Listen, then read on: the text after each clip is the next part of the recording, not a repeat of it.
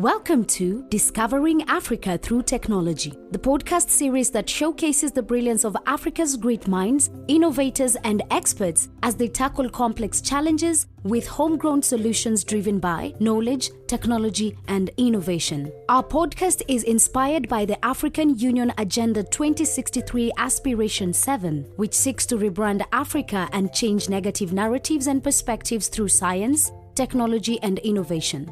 We believe that Africa has the power to solve its own development challenges and become a strong, united, resilient, peaceful, and influential global player and partner.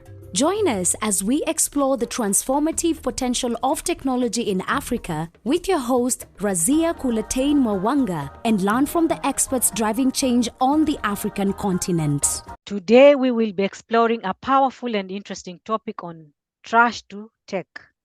Waste is wealth, engineering the future from Africa's built local manufacturing coconut husks, waste-powered materials revolution. In the words of our guest, Dr. Ben Festus, a materials engineer and innovator, waste is not useless but untapped wealth. Together with his team, he has transformed African agro-waste into high-performance engineering materials, turning useless coconut husks into a hybrid composite that resists wear and friction, and even self-glazes under heat, forming a smooth, protective surface right where it's needed.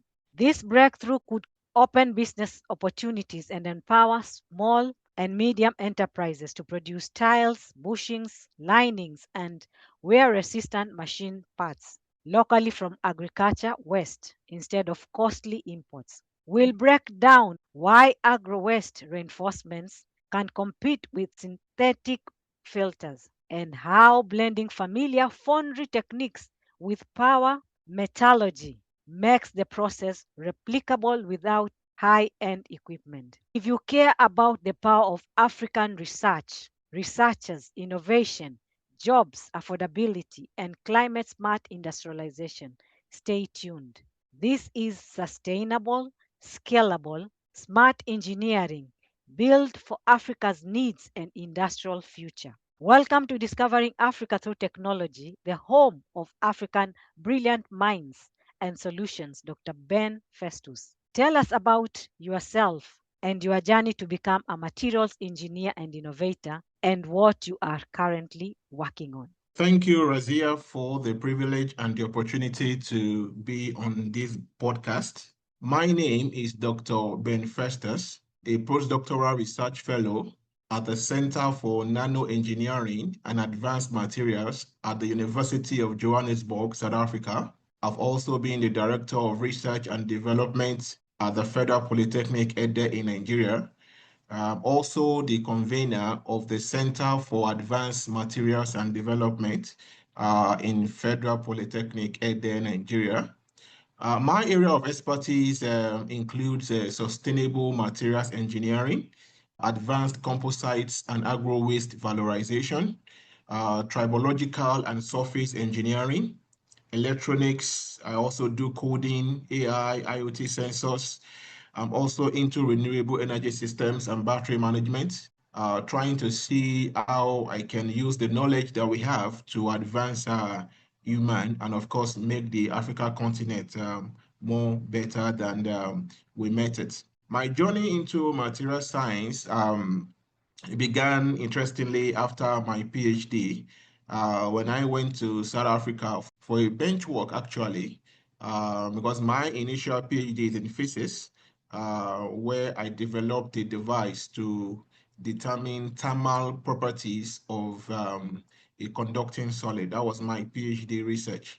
So when I got to South Africa, I found a new interest in material science, and eventually my postdoc was actually in material science. So ever since, in the past 3-4 years, I've really fell in love with material science, and especially with the aspect of the waste, where we can be able to convert waste into a material of engineering interest.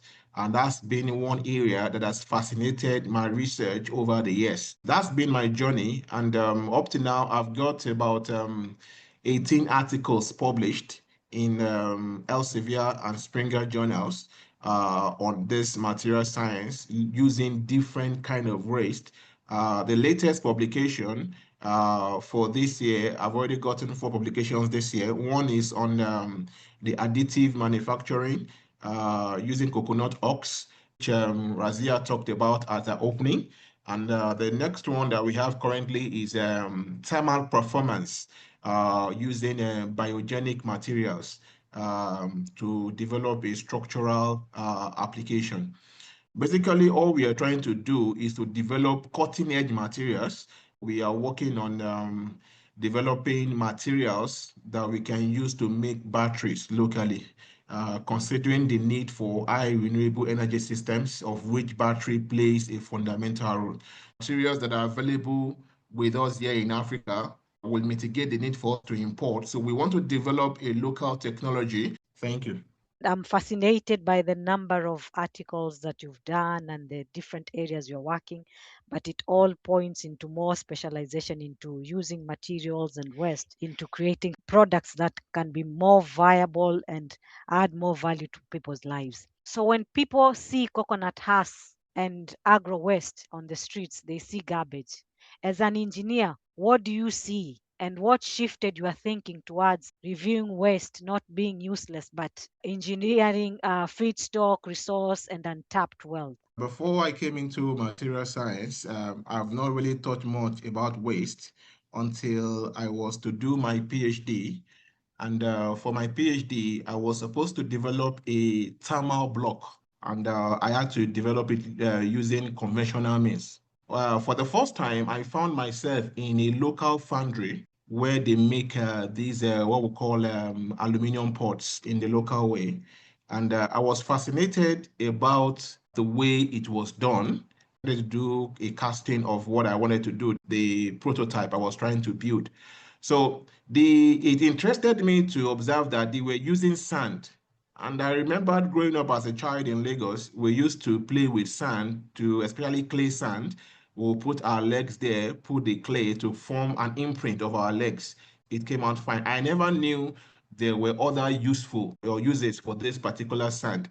And so when I was in the foundry, I saw the local guy using this sand as if he was playing to create a mold, create a base to receive the molten alloy. And interestingly also, I found that he was not using gas to drive the foundry. He was using palm kernel waste.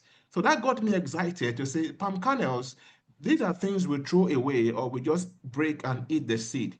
So do you mean this thing is a fueling agent? And he said, yes, that's what they use. And you need to see the kind of heat that came out from it. It was able to melt aluminium as aluminium melts at like 660 degrees Celsius. So if you have a small fuel like a waste that could actually drive and melt aluminium, that could drive it and melt aluminium at that level, in fact, I was really fascinated. And of course, I began to look at waste from a different perspective.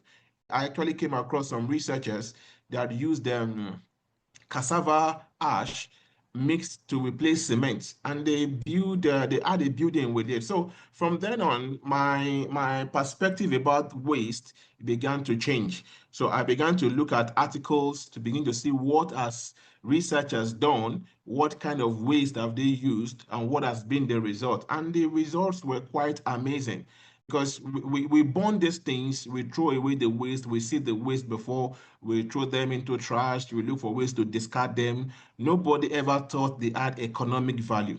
And of course, as my knowledge in terms of reinforcements increases, I began to see that, okay, these waste are no longer things we can throw away. These waste are actually of engineering importance. In fact, that actually led me last year to write a review article, which I titled Agro-Waste Reinforcement of Metal Matrix Composites, a veritable sustainable engineering achievement or an effort in futility.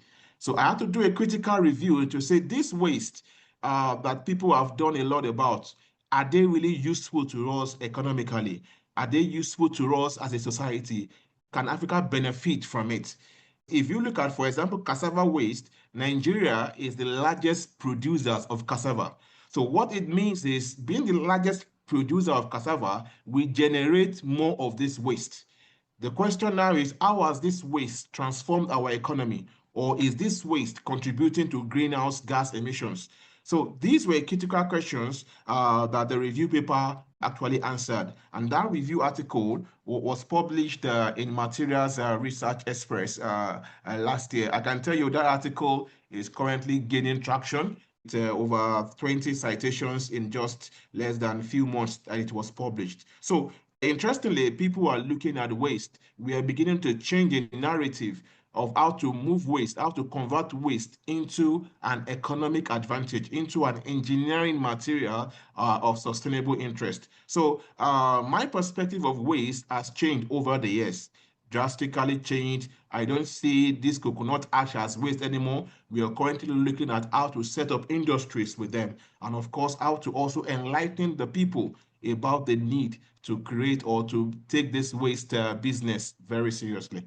Congratulations again for that. I quite agree with you that in Africa there's a lot of agro waste that gets wasted, because you find that when you go to our markets, there is a lot of stuff that is thrown, and instead of that waste being used for something else, it creates diseases. But imagine, like you've said, palm kernel producing gas, and also cassava hash creating cement. That is quite amazing.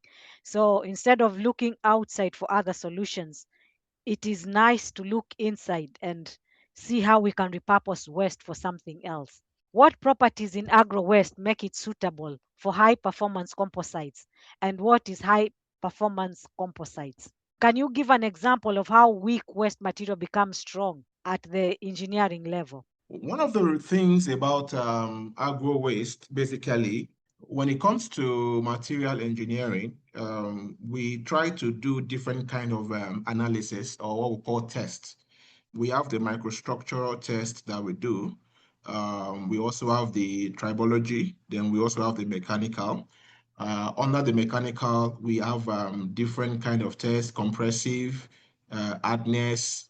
We equally have flexural, depending on the different kind of mechanical angle you are looking at it from. We also have the thermal test as well to look at the ability of the material to respond to temperature changes. You know, the mechanical talks about the ability of the material to respond to applied pressure, maybe force, how it can withstand such force if a load is placed on it. So there are different tests that we actually carry out when it comes to agro-waste engineering to determine if the material is suitable and for what purpose or for where it can actually be applied. For properties in agro-waste that we look at, these are the engineering properties we actually consider. Of course, agro-waste also have been used as fillers in polymers. Now, the interesting part of the study in agro-waste is when we use metals with them. Of course, we can use metals with them, we can use sand with them, depending on the aspect from which you're actually looking at it from. If you are looking at it from the building perspective, you will be talking about how to use it to bind as a replacement for cement, or as a replacement for sand, or how do you mix these ratios to achieve a new property, you know. But again, if you're talking about in terms of engineering add parts like materials, for example, parts that are to be used in automotive, in cars, in aeroplanes, virtually composites are even everything that you see in aeroplanes or cars are composite materials. But unlike agro waste, which are natural reinforcement, we call most of the ones they use for those kind of high-tech devices actually what we call them the synthetic reinforcements. But so for agro waste, and whether be it agro waste, be it synthetic, be it natural, they all go through the same kind of test to evaluate their performance. So you talked about what makes it suitable for high performance composite. Of course, high performance composites are materials that are strong, lightweight, and durable. Now, this one is very important. For a composite to be regarded as high performance, the lightweight or the weight had to be reduced, and that's what we talk about in terms of density, because we have found that when the weight is reduced, The fuel consumption, for example, if it's in a motor vehicle, will be reduced. The material can be able to move without too much resistance or too much heat or position force. And of course, apart from being lightweight, it also has to be strong, such that it's able to withstand pressure and does not collapse under intense pressure. And again, it has to be durable. Again, we also want a material that can withstand wear. It is not a material that you use now. Imagine you actually having a material to make a vehicle, and in the next 6 months, the vehicle starts peeling on the road. Nobody wants that kind of material. So you want a material that can withstand wear, regardless of the weather condition. So when we do all of these composites, we want to test them under different environments. And that's also where we talk about the corrosion test. Sometimes, how does your material behave in water? How does your material behave in seawater? Can this material survive in seawater? Recently I was talking about somewhere at a seminar where we'll find that boat capsizes these days. In fact, they don't capsize, they actually break apart. We've seen cases of where boats break apart in areas like Bayelsa in Nigeria. And why do they break apart? What they do basically with this boat is they use nails to pull the boats together. So due to the corrosive nature of the seawater, over time, these nails or these materials that are being used to put these things together gets corroded. And before you know it, they are just on the sea going from one location to the other, and the boat just breaks apart. And it has led to loss of lives and loss of properties in several cases. So, understanding the environment in which you want to use your composite is very important before we can classify it as a high performance composite. So applications like automotive, your vehicles, your bikes, all of these things require high performance composite because these are applications that involves human lives. So you don't want somebody driving a car and as it's on this road, the car begin to dismember itself one after the other. That is not what we want. Aerospace, the same thing. The condition at which the planes travel in the sky is in a cloud sometimes, they go very far. So you don't want a plane gets up there and begin to dismember or the engine stops working. So all of these things are very important when you are developing an high performance composite. You don't want a composite that is too heavy. You don't want a composite that is poor wear resistance. You also want a composite that is able to survive the environment, even in construction, buildings.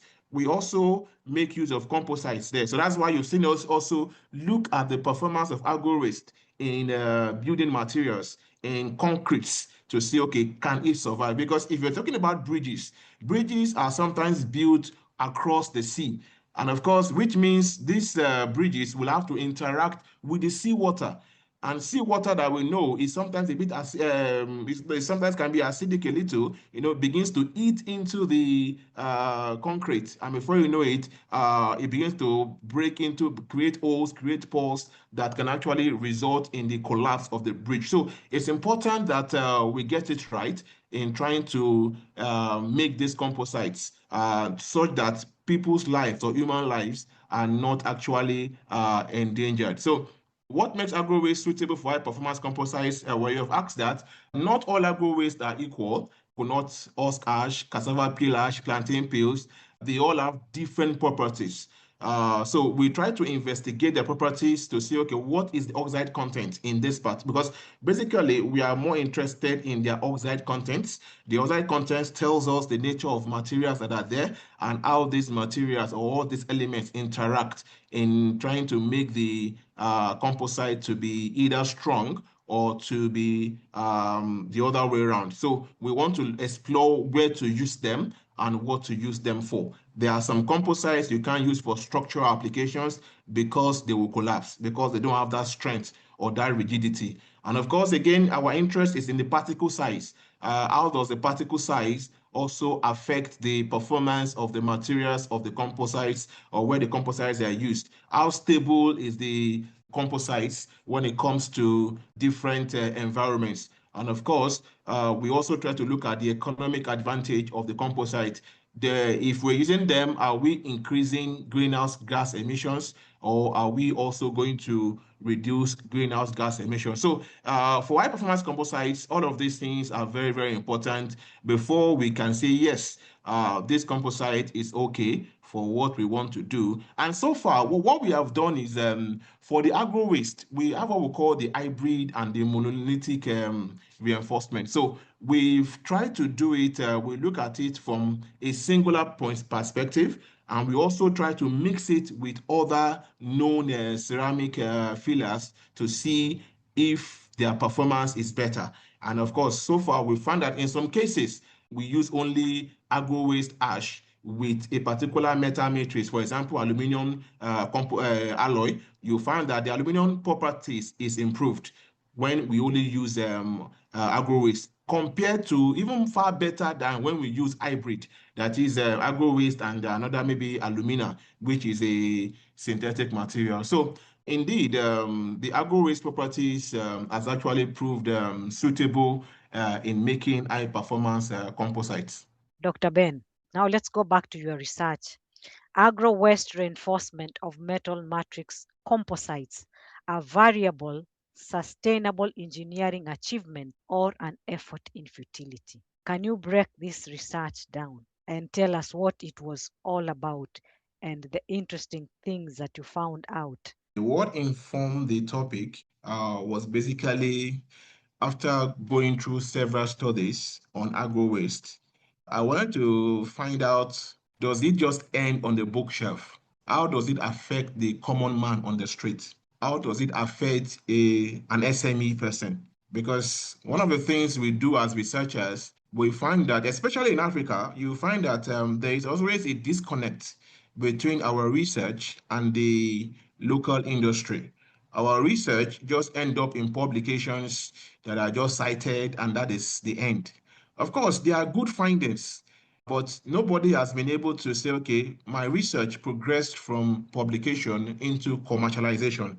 In fact, it will interest you to know currently part of the drive I'm working on is where we are trying to change the narrative to say from research to publication. We are now talking about research for commercialization, because that is where a researcher gets to make the money for his research. Otherwise, whatever he does just end up there on the internet and does not even profit him or does not even profit the next generation. So that informed the review on agro waste reinforcement of metal composites, a veritable sustainable engineering achievement. Now, we wanted to find out, how have this effort transformed globally? Is it just an effort in futility, or can we actually develop sustainable engineering materials? And you know, one of the things the UN is actually concerned about is sustainable research or sustainable production. Whatever you're doing, how can you sustain it? How can it last 5 years, 10 years, and of course, even generations to come? So this review actually delved deeper to look at the different research, the different areas of how researchers have tried to apply agro-waste, and of course, what has been the outcome from the research itself, and where are we? Are we actually moving into industrialization of this research, or are they just where they are? Because we have been able to say agro-waste actually has a lot of benefits, and one key benefit it has is the fact that it reduces the weight. It's known for lightweight. So when you use agro waste, you are sure that the weight of the composite will reduce. And this is important because when the weight reduces, it's giving you assurance that that material, that composite, has an high performance capability. So if we know that this is possible, then the question is, what have we done with it? What have we done with them? How, with this knowledge that we have discovered, how far have we gone with them? You know, so that's what we try to engage you with in this particular research. So from there, we actually try to make people understand that agro waste is classified into animal waste and crop residues. So you know, when I talk about agro waste, I'm not talking about only plants, cassava, even animal waste. For example, we have been able to use chicken feathers People kill chicken in Christmas. What do they do with these feathers? They throw them away. Some burn them. But we have seen studies that extracted silver nitride, basically, even from these feathers. We have seen studies where these feathers were used as good insulation materials. In fact, in South Africa, you find that sometimes feathers from ostrich, they are sold as a broom that they are used for cleaning cobwebs. So this is people not throwing these feathers away, but converting them into something of economical value. The same thing with eggshells. When you have chicken, you have eggs. So what do we do when we break the egg? What happens to the shell? They are being thrown away, but these shells have been used to create whitening solutions that can whiten teeth, that can do better, that can remove stains. So a lot of research occurs, a lot of economic value surrounds this waste that people throw away. So, but researchers have found that these waste are useful. But the question is, are we really practicing it? Are there industries coming out from them? Or is there a disconnect? What really is the issue? Why are this research not being converted into sustainable engineering materials? So these are some of the questions that we try to answer in this particular research that we did. Of course, we try to start with some background information about agro-waste, about reinforcements, because basically agro-waste are being used more as reinforcements. And of course, in that same research, we try to differentiate between natural reinforcements and of course synthetic reinforcements, because it's very important. Synthetic reinforcements are the artificial reinforcements, and of course these are typically derived from polymers or metallic alloys, and of course they are engineered to demonstrate superior mechanical, thermal, or electrical properties. Examples of synthetic reinforcements that we looked at include alumina, silicon oxide, silica carbide, all the carbides, the families, the borides, the TiB2, the boron chloride, a lot of oxides, carbon as well that we also looked at for artificial. But for the natural, that is where our agro waste actually, because it's a natural material, it's a natural product. And of course, the interesting part is the synthetic materials are derived from these natural reinforcements. They are there. So, of course, they might be there in small quantity, but if they are there in small quantity, what it means is we can actually extract them for much more significant quantities. And when we look at the manufacturing process, the synthetic reinforcements actually contributes more to greenhouse gas emissions because that's where the industrialization aspect comes in. But when it comes to the natural ones, of course, we found that there's a way we can control the process to achieve good results. So part of our research also look at the different type of composites, the polymer matrix, the ceramic matrix, the metal matrix composite. These are the three composites that actually exist, or where agro-waste research has actually been explored over the years. And of course, we talk about the monolithic metal composites. And of course, we also talked about the hybrid. And we actually also introduced a new concept that we call the multi-component composites. Most of the studies only stop at hybrid, and hybrid actually means you're using two. That's synthetic and natural, or the agro waste in this case. But monolithic is when you're just using only one.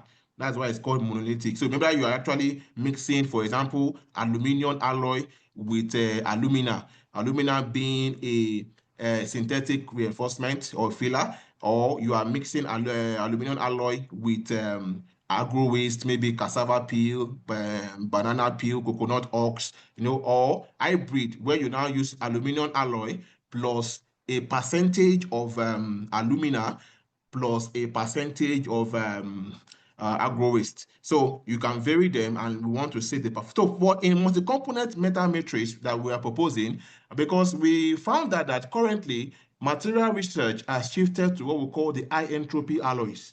High entropy alloys is where you use more than 5 elements, to mark them together. And why are you doing this? You want a situation where you are able to tap from the properties of each of the individual materials to ensure that you actually get a particular composite that is very strong, that is rugged, that is lightweight, and of course, what we classify basically as the high performance composite. So, but most studies have not done this with agro waste. So we're looking at a situation where you can say, okay, cassava peel is strong. Plantain peel is not strong, it's weak, but it has some good properties. For example, now coconut husk we have discovered has a tribal glazing effect that can actually make a material glow. With that kind of composite you were talking about, you don't need to use coatings anymore, because the coconut husk has proved that it has some coating ability inside. So now imagine us mixing like 4 5 agro waste materials together.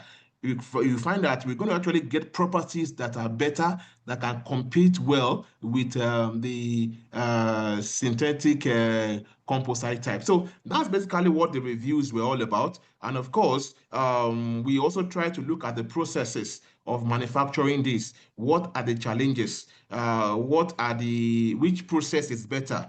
And we found that basically, well, there is no better process. It all depends on you trying to adhere to the principle behind the process and trying to ensure that you carry out your research in good under good conditions. In fact, one interesting part that we talked about in that research was a research from Aibodon, who used bean spot to manufacture or to produce an automobile connecting rod for Toyota Carina Model 1. In fact, that research, it used AA209 alloy, and of course, he reinforced it with nanoparticles of beanpot ash. And interestingly, he reported that when he used that to make that particular part and he fixed it in the bike from where he wanted to use it, the fuel consumption of that bike was lower compared to when you use the one you buy from China or from these other developed countries. So which means it was not only good that agro-waste was able to reduce the weight, but it also gave high performance. So our question is, with these beautiful results, why has industries not sprung up in Africa? Why has industries not be able to look at how to begin to explore them? Of course, we found that the basic issue was processing limitations. So most of the local foundries cannot achieve this perfect mixing because it takes a lot of there's a formula, there's a ratio that you must have to mix them, because they have to be an optimum mixing capacity. So the local foundries do not have the technical know-how of the processing capability to achieve this, and that's one of the areas we are looking to address in the future. So it's not enough for us to just do this research and dump them there. We need to see how we can engage the right people, teach them the right process, so that they can begin to use these things, and of course to actually, let's say, make money. And because that's the process, the reason why you actually have an industry. And if there's money in the economy, of course there will be less poverty in the land. That is what our research actually try to look at. And of course, one of the verdict we arrived at is that agro-waste is actually a veritable engineering achievement. But we need to address some key challenges, which has to do with the green material, standardizing production, of course, creating policies that supports this. Africa currently, we don't have good policies on industrialization. So most of the research we do, as good as they get picked up by countries like China. They get picked up by countries like maybe India or the US, who have good industrial models, who believes in what their researchers are doing. So there needs to be a policy shift where Africa governments begin to look at researchers and their output and say, okay, what can we do with this? What can we run? How can we run? If it's only spare parts we are manufacturing, it's a good one. Fine, we can't manufacture the cars yet or the other things, but at least we should be able to manufacture the spare parts. That way, we can reduce the cost of import. So that makes the research more reasonable to the local person, because right now the research is only understood by the researchers. The local person does not know what you are doing. He is not concerned because he has not seen the research translate into economic value for him or her or his business. So it's also important that we have what we call the SME-friendly technology transfer. As researchers, we also want to transfer this technology to SMEs for them to be able to build industries with them. So basically, that was what our research was actually all about. We wanted to make people know that agro-waste composites are not junk sciences. Yes, we are not just, because sometimes people see me on the street picking cans, picking plastic bottles, picking cassava peels, and they ask, are you normal? You're a doctor. Why are you on the street picking all this manner of rubbish? And I laugh. Only if you know that what I'm picking actually has what it takes to make money. So we are looking for a shift, a change in the narrative that agro-waste is not junk science. Yes, they actually work. They offer a sustainable alternative to imported materials. Thank you. That is very insightful. So, listening to you, what I'm trying to get out of this is that agro waste has a lot of potential and value, but the Yeah. problem is people do not know how to use it and process it. This gold mine that is in West, break this in a layman's language, because whatever you talked was very technical. For somebody who is listening to this, your colleagues, the engineers, they've heard, they've understood. Agro-waste materials, we have classified them to be either animal or plants. We are talking about the fact that we don't want you to start throwing them away any longer. To make the local person understand this, the researcher needs to work more closely with the local person to demonstrate the use of this agro waste. We can use this agro waste to make spare parts. Your vehicle, you buy brake parts every now and then. You buy maybe some connecting rods. In fact, in Africa or in Nigeria, we import what we call the Tokumbo cars, the second-hand cars. So most of the times you spend money in importing spare parts. And sometimes you abandon the car where you can't get the spare parts. So what we are saying is industries, local industries, can start looking at how to produce these spare parts using agro waste and some metal composites. Now, why we are talking about metal is because the spare parts for vehicles or for maybe your bikes are actually metal based. So if we reinforce them with agro waste materials, we can get a high performance composite that will not only generate business, generate income, or support local businesses. It will also ensure that if your car breaks down, you can easily buy a brake pad at a cheaper price, because the cost of import will not be there. The cost of customs will not be there. So you know that you are paying local currency. And of course, once you begin to develop these industries locally, then the nation also begins to smile. Africa already has some local foundries. All we just need to do is to upgrade these foundries to be able to handle these capacities. And the only knowledge we will need to just give them is, well, of course, it's a trade secret, but it's just how to mix these composites in the right amount. You know, there's a way you cook your food that the same ingredients, but if you use different, there's a way you will use mix those ingredients, you will get different tastes. So that is what we're talking about here. That's the composition. How you are trying to mix these small ingredients at different percentages, at different concentrations to get different tastes. You know, so that is what basically we do with material science. We try to check the performance of these materials or composites at different concentration and see which one performs better. If the algo waste is too much, the material can break. If the algo waste is not enough, the material might not perform well. So you need to have that optimum value where this particular algo waste is able to give out what is inside. And what we are saying is, from this agro waste, we can create materials like ceramic tiles. We can start small. Most of the tiles we do, they are ceramic products. But you know, from one of the research we did, we find that when you use coconut husk, you can actually improve the glazing properties, the surface finishing of these tiles. So instead of spending more money to import these tiles, it's going to be easier for us now to begin to produce them with our own materials. You can do furnace and stove linings. We can do those things locally using these materials. Poultry is is a big business anywhere in the world. South Africa, in Nigeria, in Ghana, you find people having poultries in their houses. They want to put flower vase. They want to act a kind of poultry. These agro-waste materials can also achieve this to give us good and more reliable portraits that have good finishing. We want to start making brake pads, but currently these brake pads are being imported from China.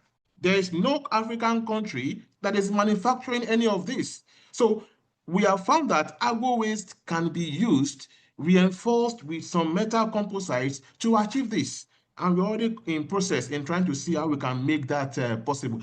They have to be wear resistant, so that your tires will always go through water. You don't want a situation whereby your car goes inside water, your brake pad is soaked and it starts rusting. No, it has to stand. It has to be able to withstand wear. And of course, we've talked about bearings. You can actually use agro waste to make all of these things. Even connecting rods, these rods you find in bikes, bicycles, motorbikes, any part that has to do with metal, we can actually fabricate them locally with agro waste. Of course, we just need to know the right concentration, the right mixture that will give us a good result.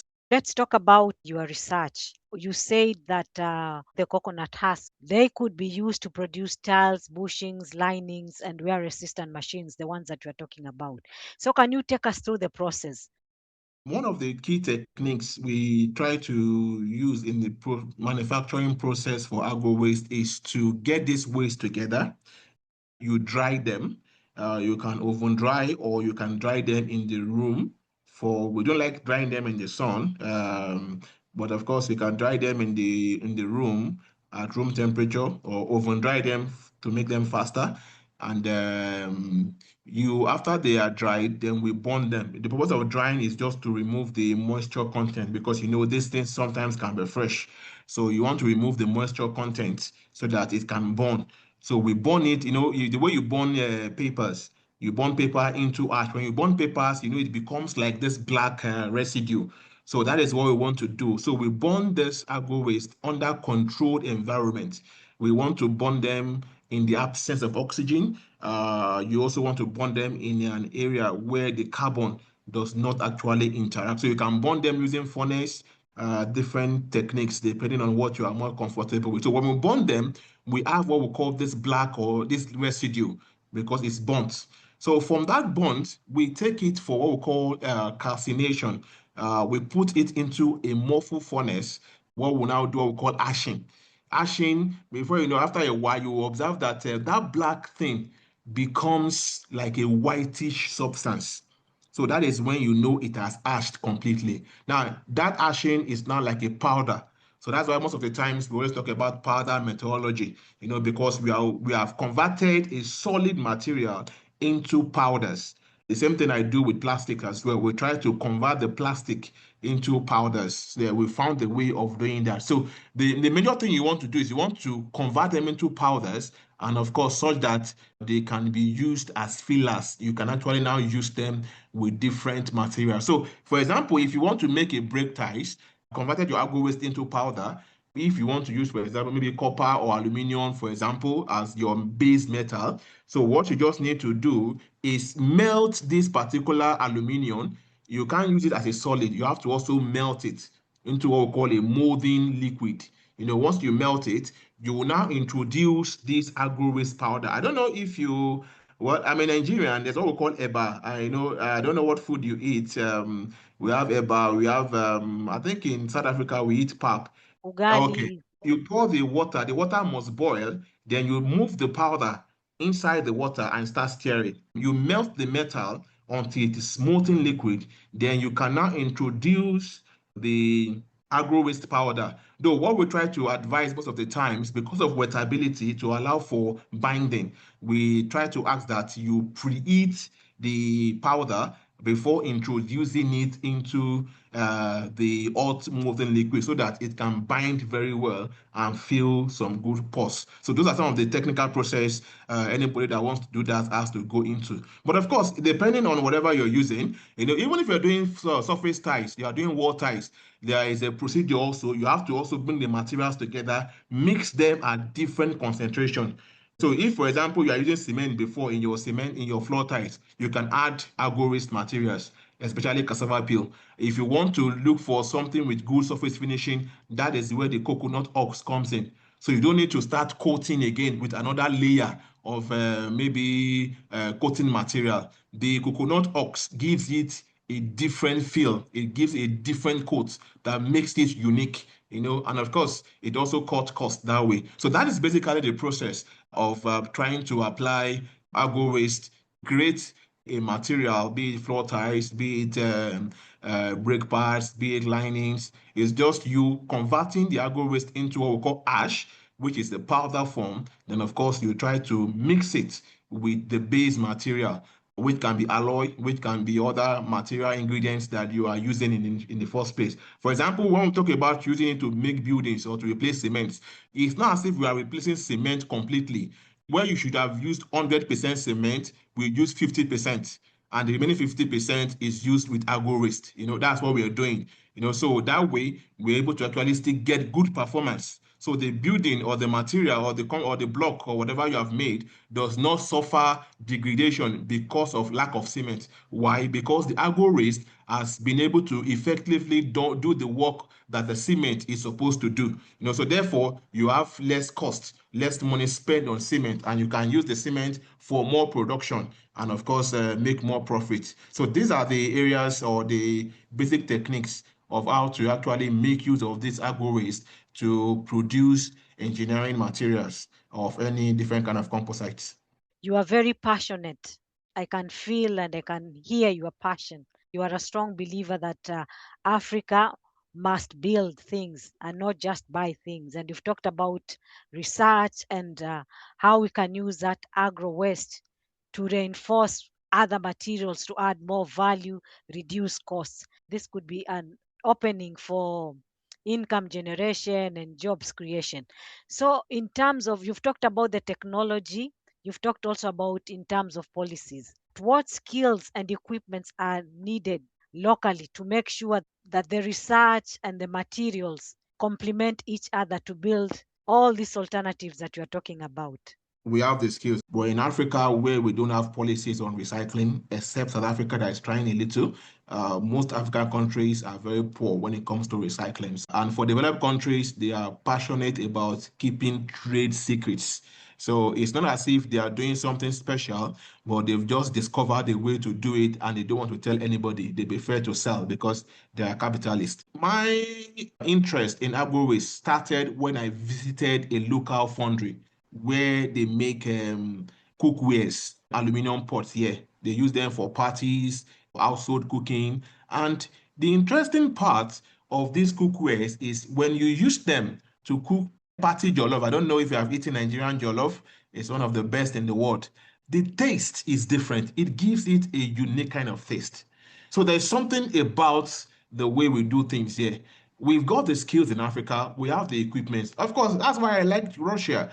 Russia developed their own technology. They developed their own cars. They don't need to import.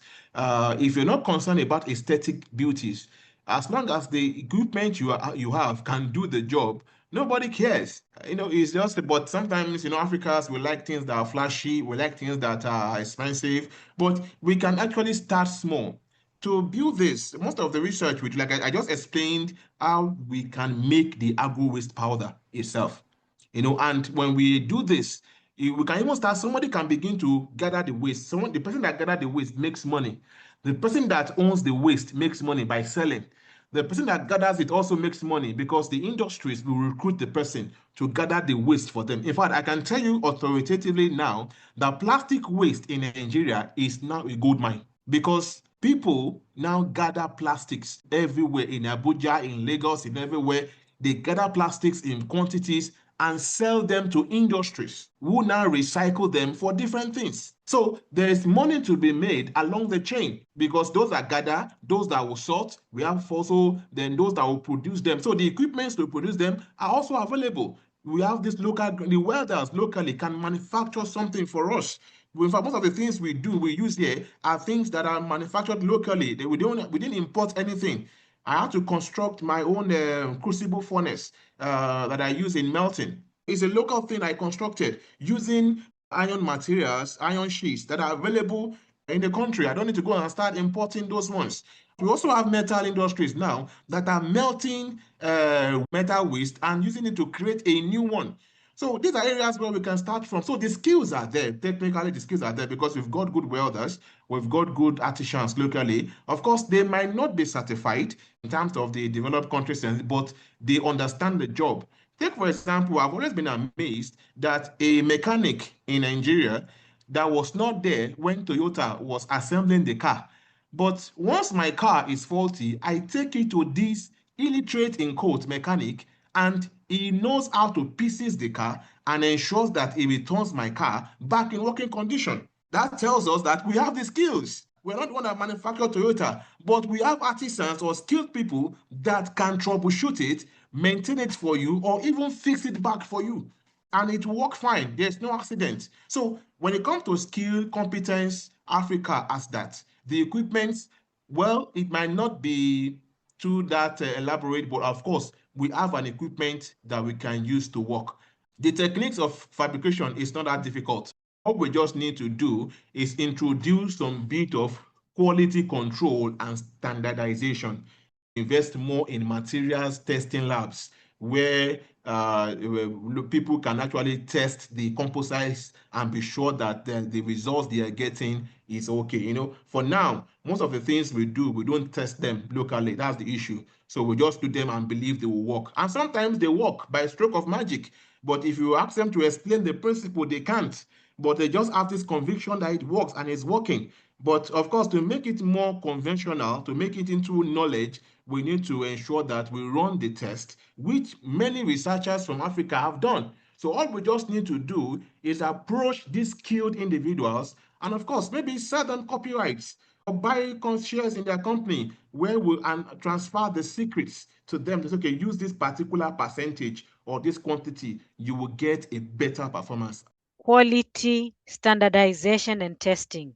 So we need to put all these things together, bring all these people together, the innovators, the local foundries, people who have already started doing this. A proper system that manages, controls, it will give people more autonomy, space to innovate and create better products. Okay, now let's talk about the aspect of the agro-waste synthetic additives as a cleaner choice. From a performance and environmental standpoint, how does their efficiency differ and what is their competitive advantage and niche against each other? Those of us that are involved in agro-waste research start by muting the idea of the possibility of replacing the synthetic reinforcements completely with the agro-waste reinforcements. Now, in some cases, the results has been outstanding. In some cases, the result has also been poor.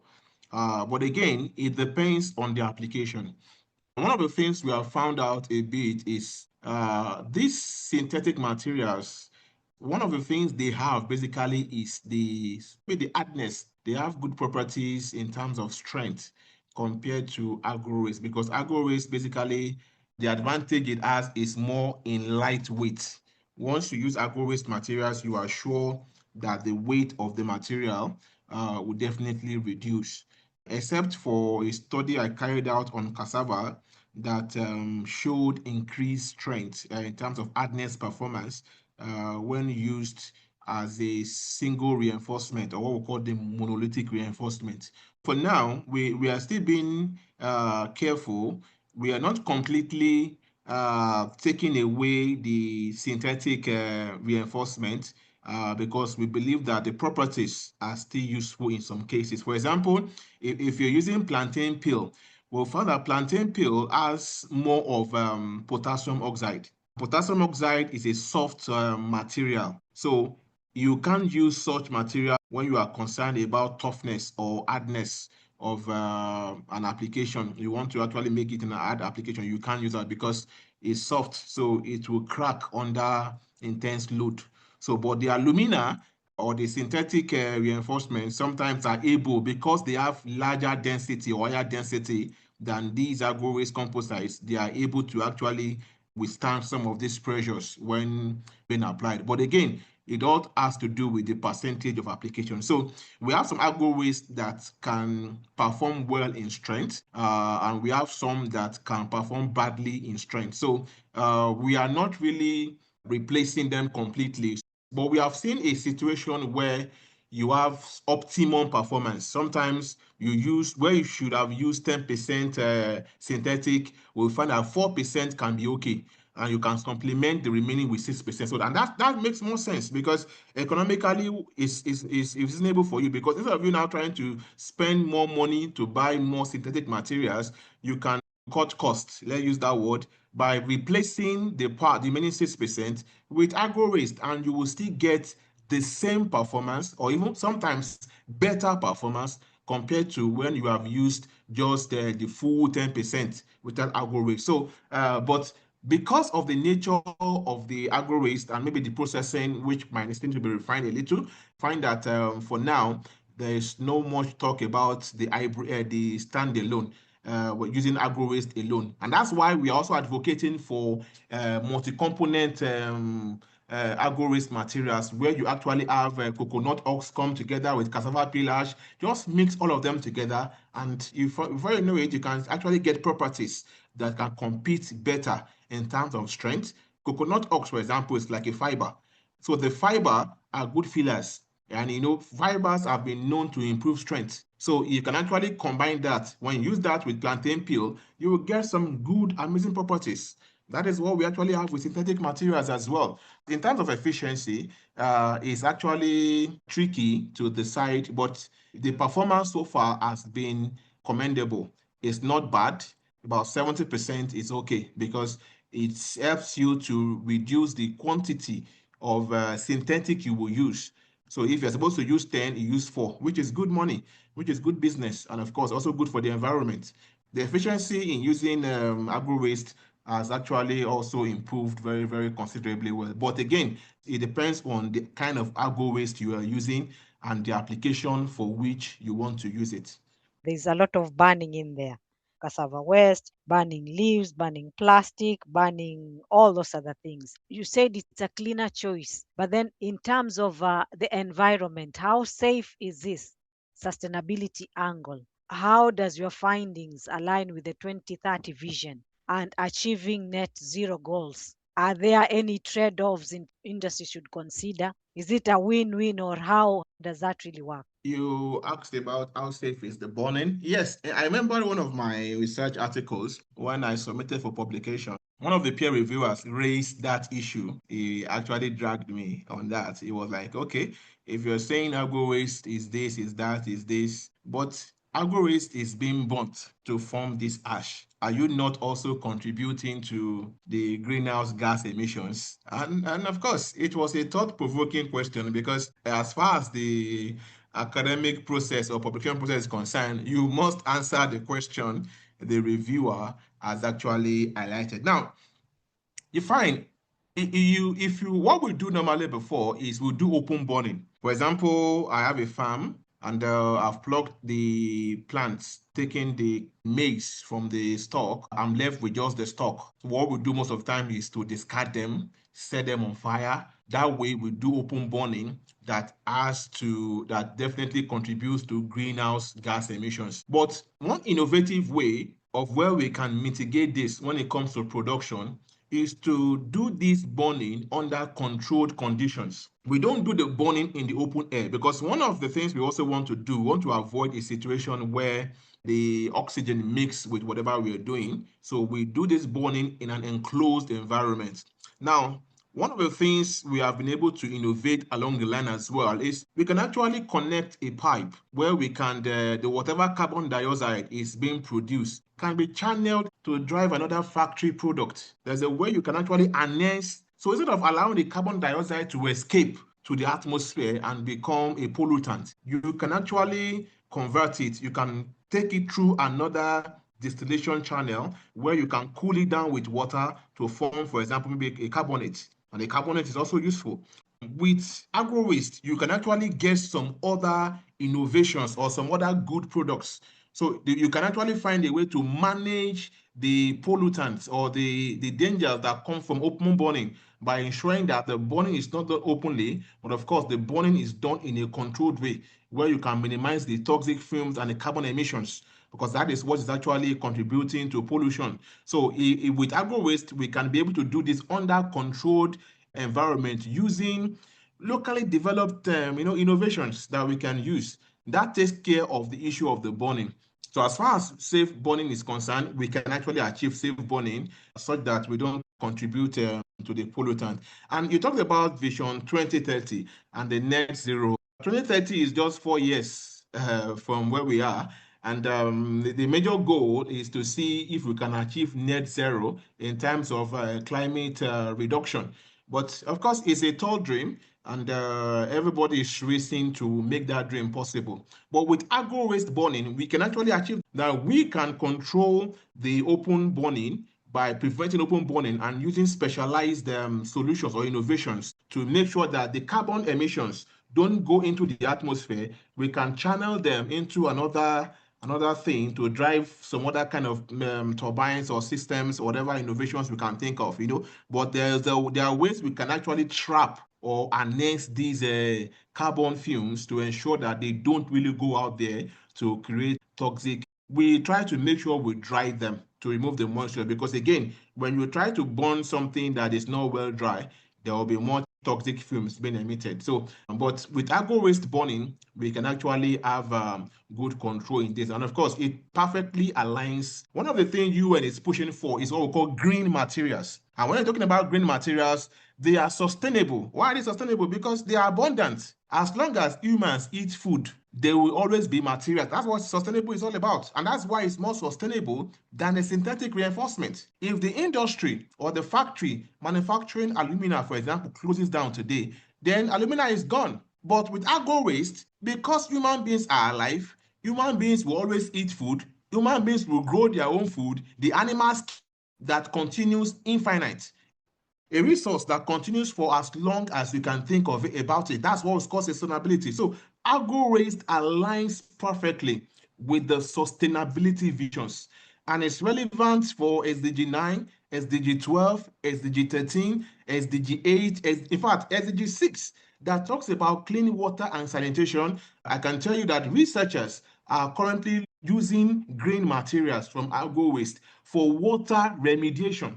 I've written authored some articles in that regard as well. And when you compare it with the chemicals, you find that it's more better, it's safer, and it takes care of the waste, it takes care of the dirt, the pollutants in the water, and makes the water more safer than you using toxic chemicals like chlorine. Do remediation of water. These are chemicals that are very dangerous for the economy or for the society, and that's what has led to a series of cancer these days. But with agro waste, we found that it removes pollutants better. So I actually have one of the articles I published on that, looking at that from that aspect. So for climate action, it's also there for SDG 13, is helping to reduce greenhouse gas emissions. And of course, I talked about how we can actually manage this by converting or trapping the carbon emissions, preventing them from going out there. And what will this do? SDG 9 is going to promote local innovation. As researchers, we don't see problems, we see innovations. When there's a challenge, we look, okay, this challenge is possible. How do we solve it? So that is one of the ways we are addressing carbon emissions that is related to agro waste burning, being able to trap the carbon from going out to the atmosphere, looking for another means to make sure it's actually converted into another valuable product. And of course, that takes us to SDG 12, where we're able to valorize waste into useful materials, and that's responsible consumption and of course production. There are trade-offs. Number one, lower cost. Agro waste is more cost effective compared to synthetic fillers. Number two, agro waste is locally available.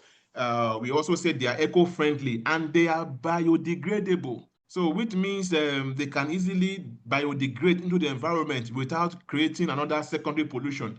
And when you compare them in terms of performance, they have been found to perform well. So the only trade-off we will talk about is the processing consistency. We just need to develop a processing routine that is consistent to everybody, so that, but again, that is also arguable because processing consistency also might have to do with industries trying to maintain their trade secrets. Everybody wants to do their thing specially, make money without allowing the competitors to know what he or she is doing. So the challenges are not really that significant compared to the advantages that is actually present in agro-waste engineering. Thank you. Now let's go back to the practical application and scaling up. Do you have a viable product that is in the market? Yes or no? And what are the biggest technical hurdles in moving from the lab to mass production? For now, no. Our research on coconut recently came out late last year. That was December. One of the things we needed to do first was to get published.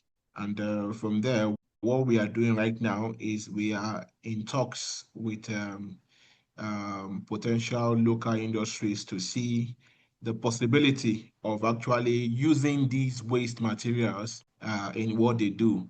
My team is currently trying to work closely with the tilers, the tire manufacturing. The challenge Nigeria has basically is we don't really have that much industrial strength here. So unlike developed countries, for example, if you're in China and you have something like this, you can quickly walk into an established, automobile industry and say, okay, you know what, guys, let me test this. They have a system. So all you just need to do, you are introducing the raw material. But for Africa or Nigeria, basically, we need to start the process from scratch.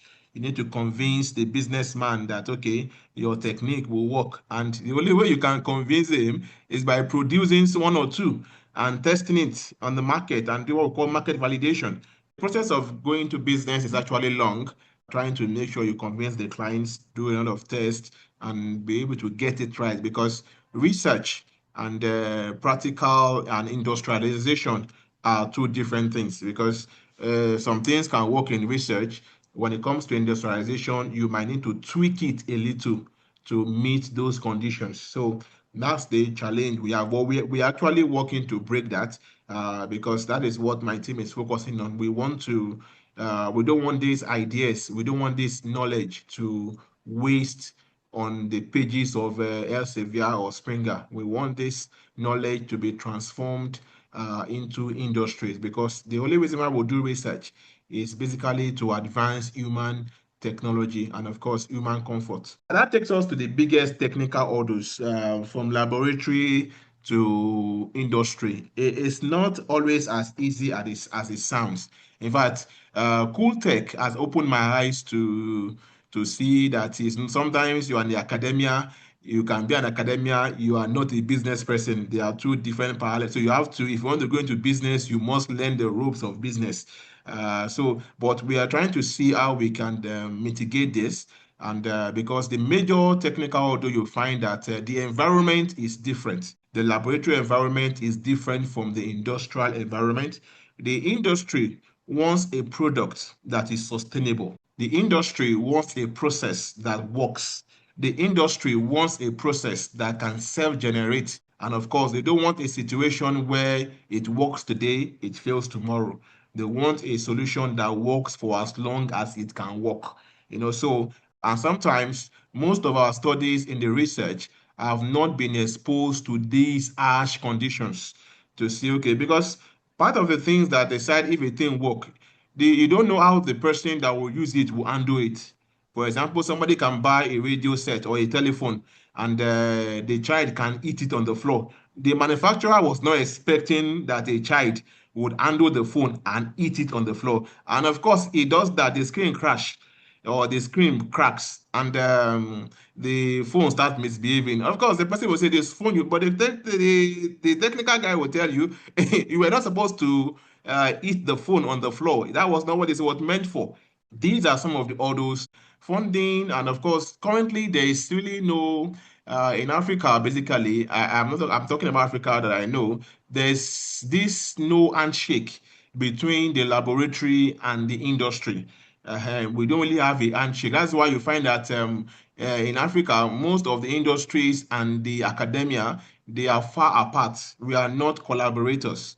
I think that's one of the hurdles the challenges we are having. We both need to be on the same page. The industries are supposed to be the end users of whatever is it that we are developing. Of course, you can argue that you have colleagues that from the academia that are working there. It's fine. But someone that is working in industry is just doing a single process. So when there are innovations, of course, some of them are trying to have their own R&D units, but for some it works, for some it's not easy. Because when it comes to innovation, it has to do with collaboration. It's massive, and you can't really find an industry trying to set up its own R&D unit, buying heavy equipment to test. It's not right. The academia should do that. The industry should focus on production. That way, they can mitigate cost. The academia can be able to now focus on the innovations, on trying to see, okay, how can I improve from what is existing to something new? So I think one of the biggest technical hurdle is the fact that there is no synergy between the industry and the academia. So most of the times, when you have an innovation in the lab, the industry might not be there for you to take it to. And sometimes the industries are also not sincere in trying to buy your technology from you and give you the royalty you deserve.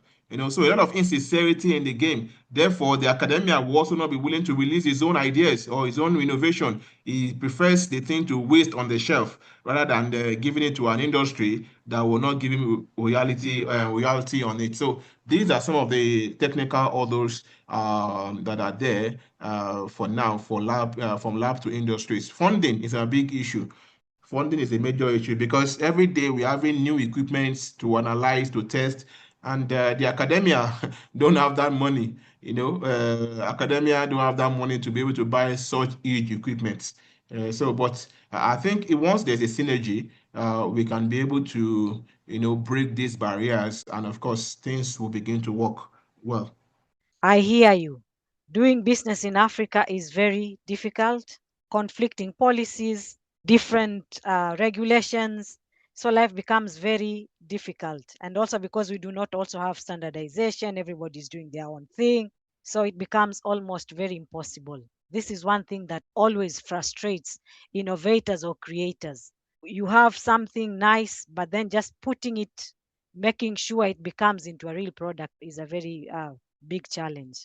As we are almost ending this interview, I know that this research was basically not only to prove, but also to emphasize that research should just not end in publishing, because, like most people, when they publish, they think that is the end of it. But if something is published and it is not put into use, it doesn't add a lot of value. When we look at the future, and when you look at your research, the idea is you want this to be a movement. And this should also be an inspiration to other researchers that when they Yes. create something, they publish, they should do pilots, they should follow it up, create some viable things out of it so that it adds more value to people's lives. So, what is the most promising near term use of the next decade? Like when you look back at what you have done and what you have found out, because there are so many things that you discovered that you did not know.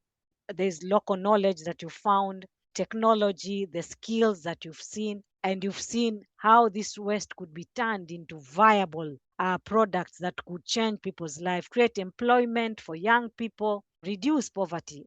How do you see the future of this paper and the way it has been accepted, and also the advice you've been getting from your peers who have read your paper, the people you are working with towards making a viable product? Thank you for that question.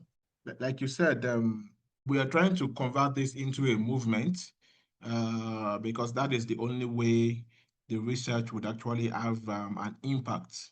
Those that are not professionals or the layman on the road, because whatever research we are doing should be able to give these people, everybody, a better life, a better opportunity, a better way to get things done.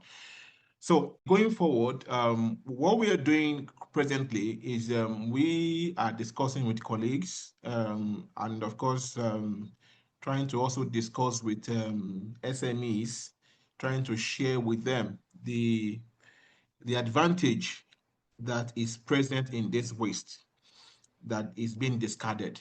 So, but like I said, for a businessman, his focus is on how to make money. And for us as researchers, our focus is on how to actually come up with new technologies or new innovations that makes life comfortable and easier. So we're trying to look at a value chain where we have different segments having different handling different parts of the component. For example, the spare part manufacturer might not have that patience to go gather, for example, maybe cassava ox, does not have that time to go and start buying plantain peels. He believes his time is better used in something else. So, but we can create a value chain of people that undo that particular aspect. And that is what we have currently with the plastic recycling companies. We have those that go to the streets, they go to parties, they go to even waterways to pick these plastics. And some wash them, some sell them like that. So they sell them, they make their own money, that's their own job. So that does not, and of course, those people get to work on their own time. They can do it as a part-time job. Some can do it as a full-time job. Then you have where they take it to the collection centers, the person that buys from them, so they buy it from them. So people don't throw their waste anymore. In fact, sometimes in some homes now, they don't want to even throw their plastics. They keep them themselves and take them to the collection centers and get some little cash from that.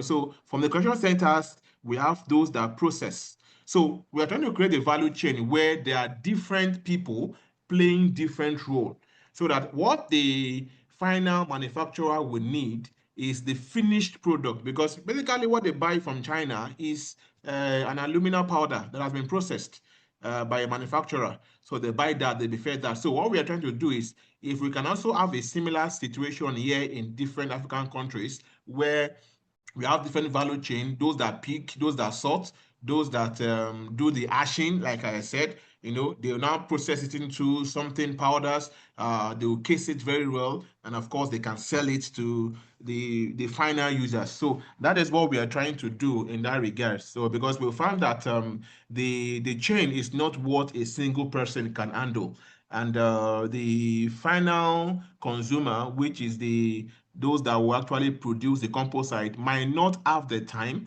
or the patience to actually begin to do all these other parts. So we are actually trying to speak to colleagues from different levels to see how we can participate in the value chain. For example, we can actually get local people. We know those that produce this cassava. We know those that have the farm, that makes cassava gari, that makes cassava flakes. So we can tell them, okay, always keep your bags of peels for us. So once they have done the peeling, they pack it nicely and they give you a call that peels are ready.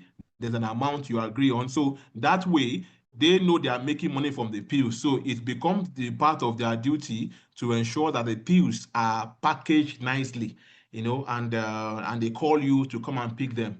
A peel like plantain peel, for example, has a challenge that once it is not quickly used, it begins to degrade. The water it actually has a high moisture content. So if it's not well quickly dried or quickly used, it begins to kind of, let me use the word rotten, and which can affect performance. So there are ways we need to look at. If you're going to use plantain peel, there must be conditions that will be assigned to that. So so that's part of where we have to create a framework where everything balances out and works together. So in the future, what we are looking at beyond publication, we are trying to inspire research in green materials. Green materials research exists basically, but the practicability of it is our concern. Many studies has been done on green materials, but we have had little applications. And of course, the only way these applications can make sense is if we can get the SMEs into the game. And the policymakers also need to assist in these areas. But again, I don't blame the policymakers, because if the production chain has not started, you can't make policies that people should begin to use what they don't see. So it's a lot of process anyway, but we need to actually, we're trying to see how we can change the narrative by trying to make colleagues from different spheres see the opportunity. Because again, that's the money. Someone is asking you, how much do I make? What's in it for me? How is this going to help my career? So if we can make them see the benefit, the opportunity in making money or generating good income, maybe a side income in addition to what they have from this particular chain that we are trying to create. And I think if we do that, more people will key in. And that's what is happening with the plastic industry now. A lot of people have keyed into plastic industry. You see them picking it. In fact, you see them now. China is even setting up factories for plastic finishers. They buy the equipment for them. They will tell them recycle only for us. So we buy only from you. That's what's happening in Nigeria. So many plastic industries now in Nigeria that are doing the finishing, they are being set up by Chinese. They will bring the equipment for them and say, use this equipment, use it to recycle these things, and whatever you get from there, send it to us. So the person is making his own money. And of course, he's not the one going to the street to pick. The person that is on the street is making his own money. The collection center too is making his own money. So that way, people have seen that, okay, if I'm hungry and I need food, let me just go pick plastics. What does it take? Pick your plastic, and you can get some naira, some rand, some dollars into your pocket, and you are okay for that day. The next day, you go out again, go also for and pick some more plastics, because the waste are there, polluting the environment. So you are one way or the other helping the government, to take away the waste. And as you are taking away the waste, you are putting money in your pocket. So that is what we are trying to do going forward. We want to build a value chain where everybody gets to benefit from this, such that it's not just an academic exercise, but of course it turns into a business venture that benefits both the youth, the government, and of course everybody. And that way we can achieve what we set out, which is waste in wealth, or transforming waste into wealth. Thank you. As you say, this is not a one man's show. This needs collaboration, this needs partnerships. I love the idea of working with colleagues to try to create a value chain that will incorporate for all these stakeholders, where they can work together, support each other to make this successful. So, as we finish up, this is my final question to you. Looking back at your professional journey, where you came from, and the different researches that you have done, and writing this paper, what stood out and what lessons have you taken from this, and how have they impacted your life and going forward? My initial foundation was not in material science, not let alone agro-waste. I was just a physicist trying to develop the next radio. In fact, it will interest you to know that one of my works for which I never got credit for was the rechargeable fan that I developed some years back. That was when we were still there was no idea of rechargeable fans then. I came up with the concept of trying to create a rechargeable fan using car radiators. Car radiators has this, I don't know, you drive a car, there's this fan inside the car that works with a 12-volt DC battery. So that was what I used to develop my first battery operated fan, because we found that the grid was not dependable in Nigeria. So, and I innocently placed that work on the internet. I can tell you that that work on ResearchGate has gotten thousands of attention from China. So I don't have the technology, the capital to set that up, but China does. Circuit diagram, everything that controls it. I place them online. I never even knew about patent then. So you find that they keep picking my technology, producing a man of tangible fans. In fact, they've even gone better than what I've written there, but it provided a baseline for them to work with. And but for material science, I think it has been useful. It has transformed my thinking. I'm beginning to see that waste can actually make you money. Trash can actually become a technological advancement, or a technological material that can actually put some good money in your pocket. All we just need to do is to develop a process where it works. So for me, the journey has stood out, and that's why for the past 2 years, I've actually get to focus more on agro waste, and I've done a lot of research on them, and I've found that it's a good research, it's a good area of study. Because it continues to expose a lot of possibilities. However, the only missing link is the fact that there is no connect between what we are doing and the industry, and which is what we are trying to do right now.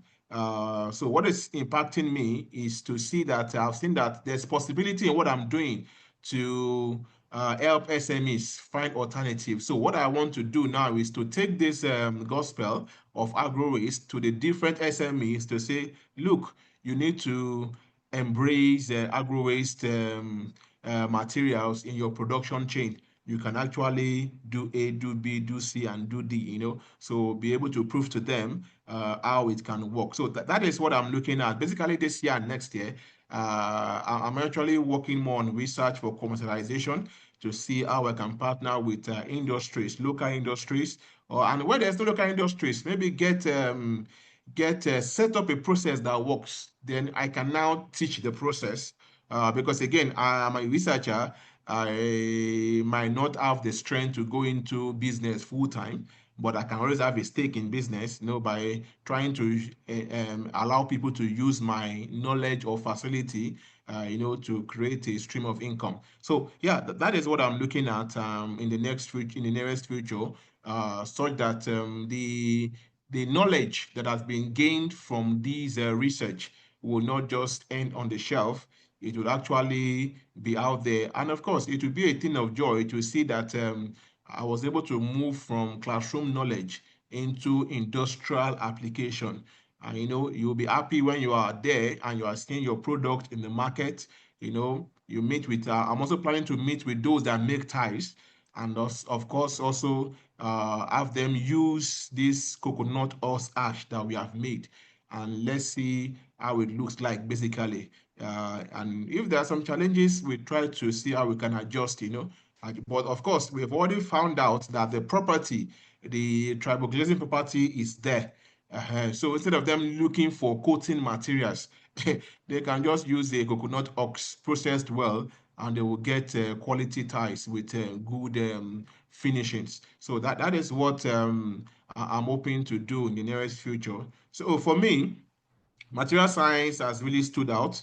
It has been life transforming. It has been impactful. It has changed my thinking. Every now and then I go around the road, I see waste, I see money. So I speak about it boldly. I try to encourage people to say, okay, these things are actually resources that you are wasting. So, but the question I get asked is, okay, how do we convert into money? So what I'm working on is the process. Once the process is ready, I'm sure a lot of people will be willing to key in. So it's not just about showing Africa that our challenges can be the seeds, but of course, our challenges in Africa can actually be the seeds of our solution. So I'm no longer doing research for the lab. I'm now doing it for the marketplace, for the community, and for the next generation. And for me, that would be the greatest impact. That was Dr. Ben Festus. Thank you again for coming to our program. Thank you for having me. Thank you very much for your time. This indeed has been an eye opening interview. I have learned a lot from you, and I am inspired. I had this idea of research will not only end where it is, because that's why my program, Discovering Africa Through Technology, we create this opportunity for researchers like you, innovators like you, to come and tell people about your research, your innovation, so that it doesn't end with research, but it goes beyond, turning trash to waste and waste into wealth, from coconut husks to self-grazing composites fit for African industry. In his own words, research should solve real problems, and that is what we have seen. Finding solutions that are practical for the African market, and that is what he has been doing, and he's using waste to do that. This conversation challenges Africa to move from publishing papers and researchers, from publishing papers to building products that impact and change and transform people's lives. If you like the conversation, share this episode with a small manufacturer, an investor, an entrepreneur, or a policymaker who needs practical and local solutions. Pilot small projects, create small and medium enterprise, agro-waste specialized value chain, where we can collect all this waste, sort it, and everybody use their expertise to specialize on what can be got out of this waste. Also, deep dive into his research and read his paper on agro-waste reinforcement of metal matrix composites, a variable sustainable engineering achievement, or an effort in futility. Indeed, it's not an effort in futility, as this program has shown us. Thank you so much for your time. Until next time, let's continue the conversation. This has been your host, Razia Kulaten Mwawanga from Discovering Africa Through Technology, and you can connect with Dr. Festus on his LinkedIn and research portal. Thank you.